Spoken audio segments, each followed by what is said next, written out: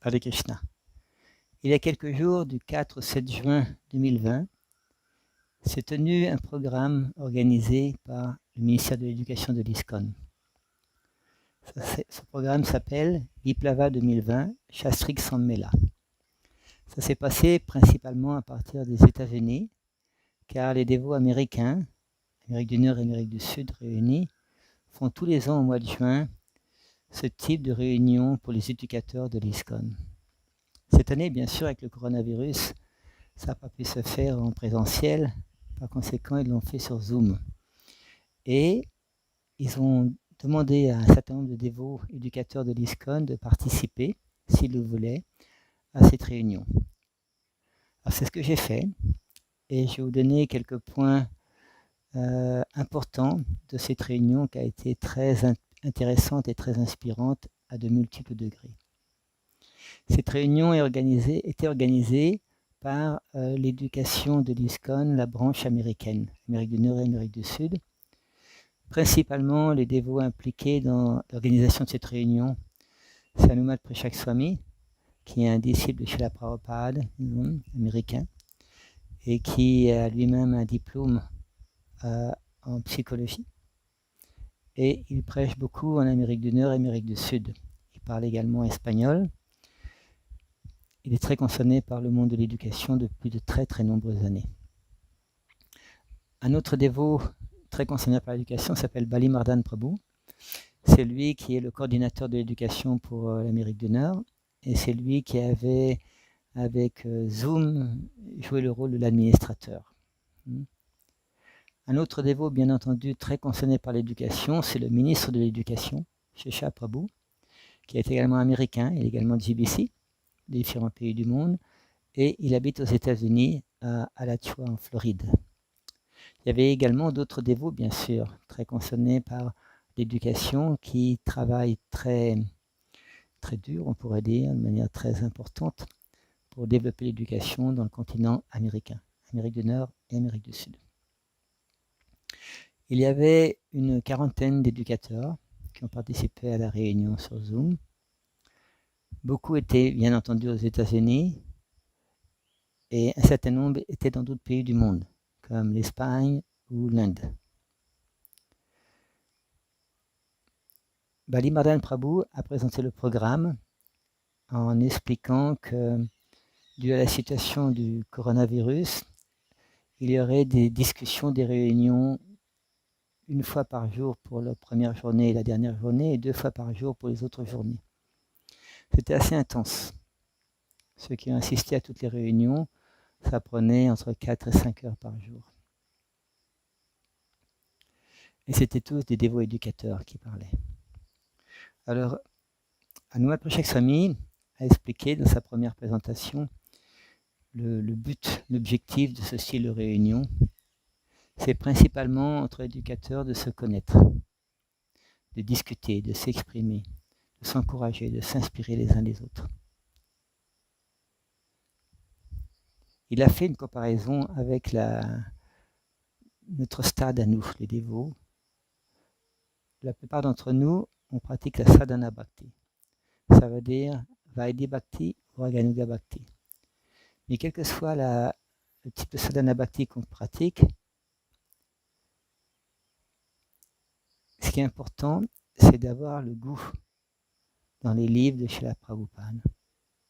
Et plus on va développer ce goût, plus on va avoir envie de le partager avec d'autres personnes.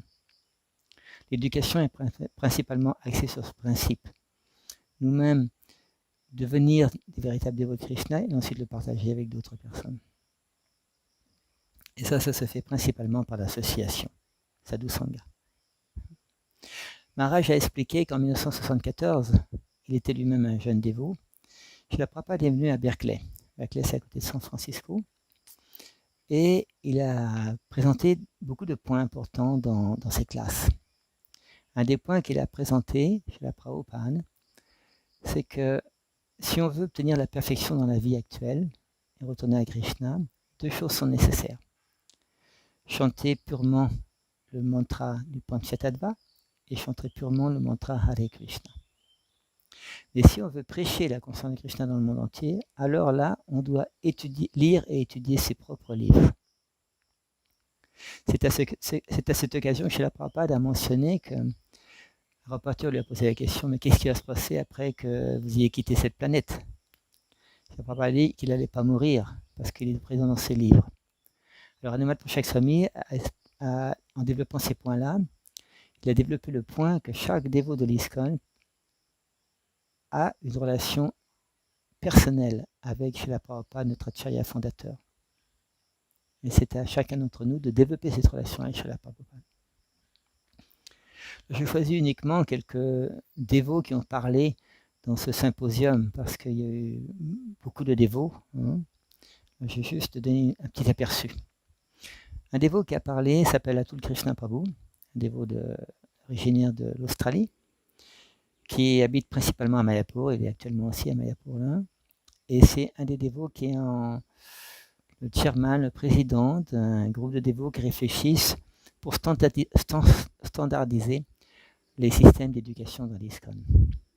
Par exemple, dans le monde, on a un certain nombre de temples, de centres qui proposent le Bhakti Shastri comme enseignement.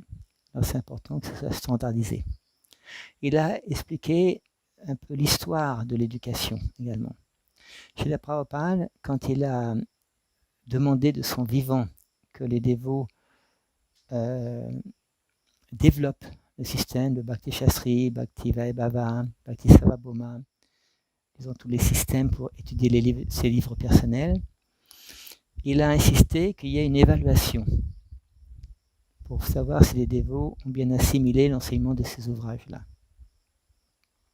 Il n'a pas directement recommandé, il n'a pas directement instruit de faire des cours, par exemple, pour passer le Bhakti Shastri, mais il a recommandé qu'il y ait une évaluation. Alors, les dévots de l'ISKCON, eux, pour évaluer, on crée des programmes, par exemple, comme le Bhakti Shastri, mais il y a besoin de standardiser ça. Et maintenant, on s'aperçoit dans l'ISKCON qu'on n'a pas beaucoup de dévots qui ont vraiment participé au Bhakti Shastri. D'après les statistiques, on pourrait dire, on peut dire qu'il y a actuellement un peu plus de 100 000 dévots initiés dans l'ISKCON, mais il y a environ entre 8 et 9% des dévots initiés qui ont passé le Bhakti Shastri avec succès.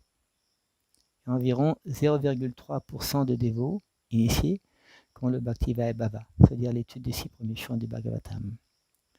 Bien sûr, ça c'est les dévots initiés. Et nous savons tous qu'il y a un certain nombre de dévots non initiés qui prennent ces cours-là. Ça veut dire que Srila Prabhupada a demandé que le Bhakti Shastri soit obtenu par tous les dévots qui veulent la deuxième initiation. Par conséquent, il y a beaucoup à faire. Alors une réflexion dans l'éducation, Atul Krishna Prabhu et différents dévots, réfléchissent à la possibilité pour encourager d'autres dévots, le maximum de dévots à étudier les livres de Srila Prabhupada, d'avoir le maximum d'enseignants. Beaucoup de dévots aînés disent qu'ils n'ont pas trop le temps pour étudier, ils n'ont pas trop le temps pour enseigner. Les examens demandés pour enseigner dans l'ISKCON, on appelle ça des cours de teacher training, c'est-à-dire des entraînements pour devenir enseignant.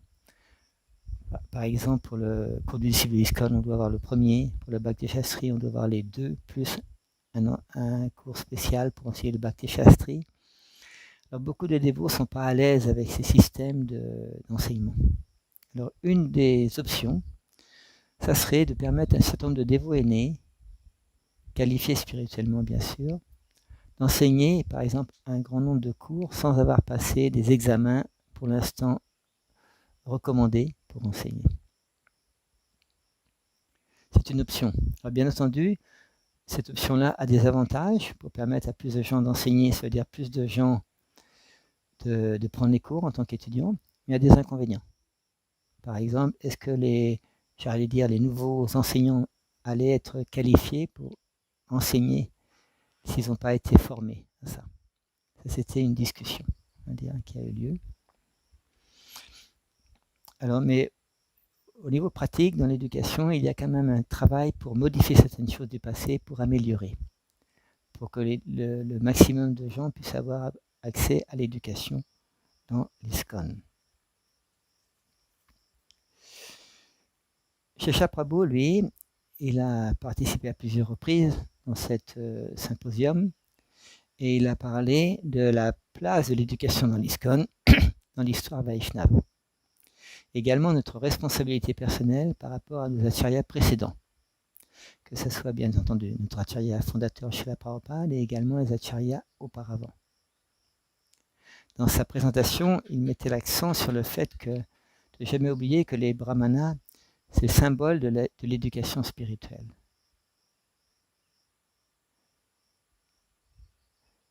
Et qu'il y a des qualités importantes pour développer les qualités brahmaniques sont enseignées dans la Bhagavad Gita. C'est un point toujours à se souvenir que nous-mêmes, on doit développer les qualités, l'attitude appropriée pour étudier de même qu'enseigner. Un autre jour, un dévot s'appelle Gauranga Darshan Prabhu, un dévot brahmachari d'origine indienne, et je pense qu'il parlait de Bombay. Oui, c'est un des responsables qui s'occupe de l'éco-village, Govardhan Eco-Village. Principalement, il y a un grand nombre de disciples de Radha Maharaj qui, dans la région de Bombay et de Pune, développent certains projets, comme le Varnashrama dans différentes fermes, et également beaucoup de choses pour l'éducation. C'est un dévot qui est très appréciatif du Srimad Bhagavatam. Et il a parlé avec beaucoup d'éclat, beaucoup d'inspiration, d'enthousiasme, de détermination sur le Bhagavatam. Il expliquait que la puissance purificatrice du Bhagavatam, l'instruction qu'on a, c'est d'écouter encore et encore le Bhagavatam. Parce que le Bhagavatam, il a cette puissance spéciale parce que c'est Krishna lui-même. Alors on peut voir que, étant non différent de Krishna, étant comme Krishna est infiniment fascinant, le Srimad Bhagavatam est également infiniment fascinant, ce qui est normal. Et c'est pour ça que c'est important que tous les dévots on soit imbibés du Srimad Bhagavatam dans notre vie personnelle pour pouvoir assimiler cette science du Bhakti Yoga, de la pure Bhakti. Il a donné une comparaison intéressante par rapport à un verset du Bhagavatam du 12e chant. Chapitre 12, chant 12, chapitre 12, versets 11 et 12, où le Bhagavatam est comparé à quatre on pourrait dire points. Il est comparé à une lampe, comparé au soleil, comparé à un fruit et également à Mohini Murti. Alors comparé à une lampe, c'est-à-dire le Bhagavatam, il va nous éclairer notre vie personnelle. Quelquefois dans le noir, on a besoin d'une lampe pour y voir clair. Le Bhagavatam est comparé au soleil parce qu'il illumine toute la planète, il illumine tout l'univers. Le Bhagavatam nous donne l'information sur tout l'univers, comment vivre correctement, de manière heureuse, en harmonie avec les lois de la nature et les lois de Krishna. Le Bhagavatam est comparé à un fruit parce qu'il nous donne le résultat de notre recherche personnelle, le goût, le goût, disons, de la vie spirituelle. Il est comparé à Mohini Murti. Mohini Murti, c'est une incarnation de Krishna qui est présentée dans le 8e chant du Srimad Bhagavatam. Et cette incarnation est venue sous la forme d'une femme. Et elle a trompé les asuras qui voulaient avoir le nectar, il y avait une histoire intéressante, qui est très intéressante dans le Bhagavatam, qui explique qu'il y avait du nectar qui avait été tombé qui était tombé dans l'univers matériel, et les devas et les asuras se battaient pour savoir qui c'est qui voulait le nectar. Alors comme Mohini Murti était très fascinant, tout le monde a été subjugué par sa beauté, et demandé à Mohini Murti de décider qui c'est qui allait avoir le nectar, les devas ou les asuras. Et on explique que le Bhagavatam, c'est comme Mohini Murti, parce qu'il peut donner la pure bhakti à ceux qui veulent, mais il peut également enlever le goût de la vie, les nectars pour les asuras, pour les démons. C'est un point assez original qu'il a développé. Et il y a eu également un certain nombre de dévotes qui ont parlé dans cet symposium, et il y a eu une belle présentation faite par Ananda Vrindavan Mataji et Subra Mataji. Ananda Vrindavan Mataji, c'est l'épouse de Bali Mardan Prabhu, un des organisateurs de ce programme. Alors, les deux ont parlé de l'éducation au niveau de maternelle, les premières années de la vie, comment on peut faciliter l'éducation pour nos propres enfants, aussi des enfants d'autres dévots, d'autres familles qui veulent plus approfondir leur vie spirituelle, leur conscience de Krishna. Également l'éducation par rapport au Shastra dans les jeunes, mettons, disons 10 ans, 15 ans, comme ça. Alors elles ont présenté ce qui se passe aux États-Unis actuellement, avec un grand nombre de centres qui ont qui forment des systèmes d'éducation pour s'occuper des enfants des dévots, par exemple à la maternelle, par exemple l'école du dimanche, quand les enfants vont à l'école extérieure, le dimanche, il y a des programmes pour s'occuper des enfants le dimanche. Les enfants peuvent apprendre quelques versets, écouter les histoires du Ramayana, du Mahabharata, du Bhagavatam, faire des pièces de théâtre, apprendre à faire l'arti, apprendre à jouer des instruments de musique, à chanter, apprendre les chants Vaishnava également. Alors, c'était intéressant de voir qu'il y a déjà un grand nombre de choses qui se passent dans certains dévots où il y a des éducateurs actifs. Et là, ces dévots sont vraiment actifs. Il y a un autre dévot qui a parlé, il s'appelle Harivamsha Prabhu, un dévot d'origine indienne qui a vécu beaucoup aux États-Unis et qui habite depuis quelques années à Bombay. C'est un dévot qui qui travaille dans ce qui concerne l'intelligence artificielle. Alors, il a eu une présentation vraiment intéressante sur un sujet essentiel, c'est qu'on a dans l'ISKCON, par exemple, on a des dévots qui joignent l'ISKCON. Alors, mettons, ils viennent le dimanche, programme du dimanche, faire Harinam, quelquefois des petits programmes de nouveaux dévots. Il n'y en a pas partout maintenant, de nouveaux dévots. Et après, on a un système d'enseignement qui commence avec le Bhakti Shastri. Mais entre les deux, c'est assez difficile. C'est pour ça qu'il y a peu de dévots après leur formation initiale dans l'ISKCON. Par exemple, au bout de 5-6 mois ou un an, il y a peu de dévots qui d'eux-mêmes demandent à vouloir faire le Bhakti Shastri. Il y a peu de temples qui présentent le Bhakti Shastri. Et quelquefois, les dévots qui veulent faire le Bhakti Shastri ne peuvent pas le faire parce que leur autorité ne font pas les arrangements pour qu'ils le fassent. Alors il y a une espèce de trou entre l'éducation des jeunes dévots et puis après l'éducation comme le Bhakti Shastri.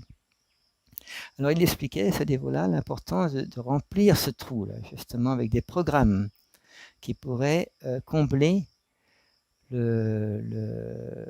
qui pourraient aider, disons, le dévot qui veut continuer à spirituellement approfondir sa vie spirituelle avec les shastras, pour qu'il soit toujours inspiré à approfondir. Parce que être un dévot dans la culture Vaishnava veut dire qu'on est étudiant. Du moment où on joint le mouvement Hare Krishna, on est toujours étudiant. Bien sûr, on peut être enseignant, mais même un enseignant, il apprend également, il est étudiant également. Alors pour développer un système d'éducation inspirante pour les dévots qui joignent le mouvement Hare Krishna, on a besoin de plusieurs systèmes d'éducation et inspirante, bien entendu. Alors ça, c'est un gros travail. C'était une présentation qu'il a faite qui était très, très stimulante. Comment on va créer justement ces programmes, je dirais, intermédiaires pour nous préparer à une éducation plus profonde. Là, il a cité l'exemple de Veshishika Prabhu, qui est un maître spirituel du mouvement Hare Krishna, disciple de Srila Prabhupada, d'origine américaine, qui habite principalement à San Francisco, qui distribue toujours beaucoup de livres, qui encourage les gens à lire de Prabhupada, qui a créé une application que vous pouvez télécharger sur votre téléphone, qui s'appelle Be a Sage, Page by Page. Soyez un sage, page par page. Dans cette application, les gens qui veulent lire les livres de Prabhupada peuvent choisir un livre de Srila Prabhupada et prendre un engagement. Par exemple, de lire 5 pages ou 10 pages tous les jours. Comme on a l'engagement de chanter les 16 tours, suivre les 4 principes, et bien là, un engagement comme ça. Et si on fait ça, automatiquement, au bout de quelques jours, quelques semaines, quelques mois, eh bien, on peut avancer dans notre lecture. Il est par exemple possible de lire tout le Srimad Bhagavatam, c'est-à-dire 18 000 versets, en un an. Ça nécessite de lire 41 pages par jour dans les livres anglais. Alors c'est possible. Ça demande une certaine organisation, inspiration, organisation, coopération. D'autres dévots ont parlé pour présenter un peu l'histoire de cette branche américaine de l'éducation. Parce qu'il semble qu'aux États-Unis, pour l'éducation, il y a beaucoup d'activités. Parce qu'ils font cette conférence-là tous les ans, depuis quelques années. Et dans ce que j'ai écouté et vu dans cette symposium sur Zoom, là, beaucoup de dévots ont déjà développé des programmes depuis quelques années. En Europe, on est beaucoup plus éloigné de ce style de facilité. Je pense qu'aussi en Afrique, c'est beaucoup moins développé, ça. Alors ça, c'était quelques points importants. Et puis, il y a eu une présentation le dernier jour, où c'était Yadunandana Maharaj qui parlait. Yadunandana Maharaj, c'est un sannyasi d'origine espagnole, qui a été le responsable, disons, du Bhaktivedanta College à Radhadesh, en Belgique, quelques années, et maintenant qui a développé un système d'éducation en Espagne, principalement en langue espagnole. Il a fait une présentation en reprenant certains points de la présentation d'Atul Krishna Prabhu, par exemple sur les statistiques, combien de personnes ont le Bhakti Shastri dans l'ISKCON, et il a mentionné que dans un verset de la Bhagavad Gita, Srila Prabhupada explique l'importance pour développer notre vie personnelle, spirituelle, de 3 choses: éducation, culture et dévotion. Dans l'ordre. Malheureusement, dans l'ISKCON, on a des défis, des situations délicates. Parce que, par exemple, si on veut développer les côtés éducatifs, on a beaucoup d'obstacles. Beaucoup de personnes ne sont pas convaincues de l'importance de l'éducation spirituelle. Ce n'est pas une priorité, en général, pour les dévots de l'ISKCON. Quand quelqu'un veut développer un programme d'éducation, par exemple créer un centre éducatif, il y a besoin quand même d'argent. Et l'ISKCON en général ne facilite pas trop ça. Je veux dire, comme c'est pas une priorité, on met son intelligence, je veux dire, ses ressources en argent dans les choses qu'on semble qui sont importantes. Quelquefois également, on a les dangers, c'est-à-dire quand on parle d'éducation, beaucoup de dévots sont inertes, un peu paresseux. C'est difficile d'organiser l'éducation à un titre complètement personnel ou local. Srila Prabhupada a demandé que chaque centre, chaque temple de l'ISKCON soit un centre d'éducation. Pour l'instant, on en est très très très très loin de ça. Alors, on a beaucoup d'obstacles pour développer l'éducation, mais le plus important, c'est d'être déterminé. Et si on goûte vraiment les livres de Srila Prabhupada, on va avoir envie de les partager avec d'autres personnes. Et petit à petit, de plus en plus de gens vont devenir intéressés. Il a cité pour conclure un verset du Chaitanya Charitamrita, que je vais lire, que j'ai le livre en français. C'est le Madhya Lila, chapitre 25, verset 278. La traduction, Srila Prabhupada explique. L'homme devient fort et résistant en mangeant suffisamment de céréales. Mais s'il ne se nourrit que de céréales ordinaires et ne savoure pas les divertissements sublimes de Chaitanya Mahaprabhu et de Krishna, le dévot s'affaiblit peu à peu et échoue de sa position transcendantale. Par contre, s'il boit ne serait-ce qu'une goutte de nectar des divertissements de Krishna, son corps et son mental commencent à s'épanouir et il se met à rire, à chanter et à danser. Et Srila Prabhupada donne une réponse très courte. Je vais la lire en entier parce qu'elle n'est pas longue et elle est très profonde. Il explique, Srila Prabhupada, tous les dévots du mouvement pour la conscience de Krishna doivent lire tous les livres qui ont été traduits. Entre parenthèses, le Chaitanya Charitamrita, le Srimad Bhagavatam, le Bhagavad Gita, etc. Fin de parenthèse. Sinon, après quelque temps, ils ne feront plus que manger, dormir et choir de leur position spirituelle. La possibilité de parvenir au bonheur transcendantal d'une existence éternelle et bienheureuse leur échappera. Fin de tenue reportée. Il a terminé sa présentation sur ce point-là, Maharaj, Et ensuite, on a eu, disons, la conclusion par Shesha Prabhu, Hanumat Prashak Swami, Balimaran Prabhu, au sujet de toute l'intensité qu'il y a eu dans ce symposium. Et Hanumat Prashak Swami, qui est un dévot très humoristique, que je connais assez bien, il expliquait que maintenant, on a besoin de respirer un peu après ces 4 jours intenses, et après de structurer de mieux en mieux l'éducation pour avoir un résultat pour faire plaisir à Srila Prabhupada. En d'autres mots, il a demandé de relever ses manches, je veux dire. Alors ça, c'est la conclusion, c'est quelques aspects, disons, de ce symposium que j'ai présenté en rapide parce que ça a duré un grand nombre d'heures. Et c'est vraiment inspirant de voir un grand nombre de dévots qualifiés spirituellement et intelligents matériellement, de prendre à cœur de développer ce secteur de l'éducation.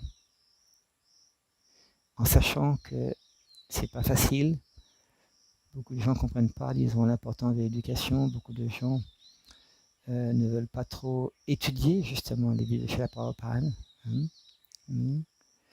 Et pour moi, cette présentation m'a beaucoup inspiré en situant que le monde de l'éducation, c'est les éducateurs entre eux se communiquent de plus en plus pour pouvoir s'inspirer, par exemple comme ce symposium-là. Automatiquement, on repart avec plus d'inspiration pour continuer notre service dans la mission de Srila Prabhupada. Hare Krishna.